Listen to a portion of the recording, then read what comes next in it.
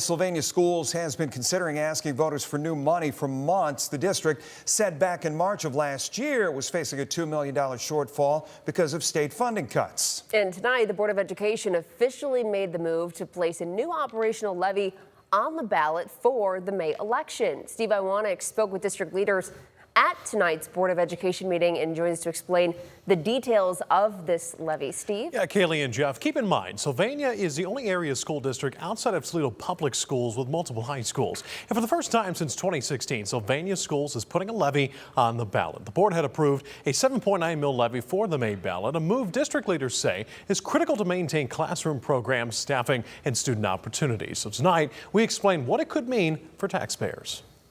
It's a $7.9 mil operational levy. If approved, someone with $100,000 assessed value, for example, would see a $277 increase in annual property taxes. The Lucas County Auditor estimates the levy would raise more than $18 million annually. Superintendent Dr. Veronica Motley says the money would go into the general fund, supporting the needs for supplies, extracurriculars, and staffing. More importantly, for us to maintain the high level of programming that we have, our AP courses, things that have to do around our advanced placement courses, our art courses, and then our basic core. But we're seeing this financial squeeze for districts all across the area. Support staff in the Springfield district are on strike right now over health care costs. And Toledo Public Schools is facing a $68 million deficit. We reported back in December that could lead to the potential of more than 100 teachers being cut. So how does Sylvania avoid that?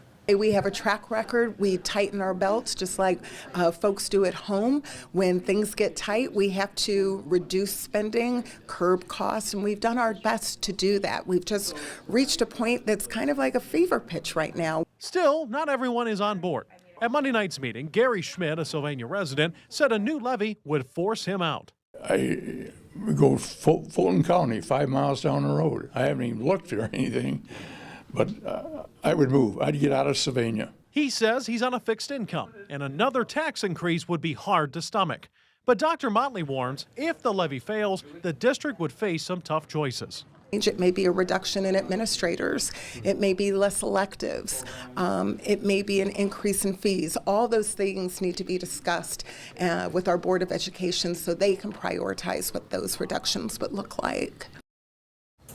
Now, Dr. Motley also told me that if the May levy fails, she believes the board would likely try again in November. But if it's approved on May 5th, the levy would first be placed on the 2026 tax list and then would start being collected in the calendar year 2027.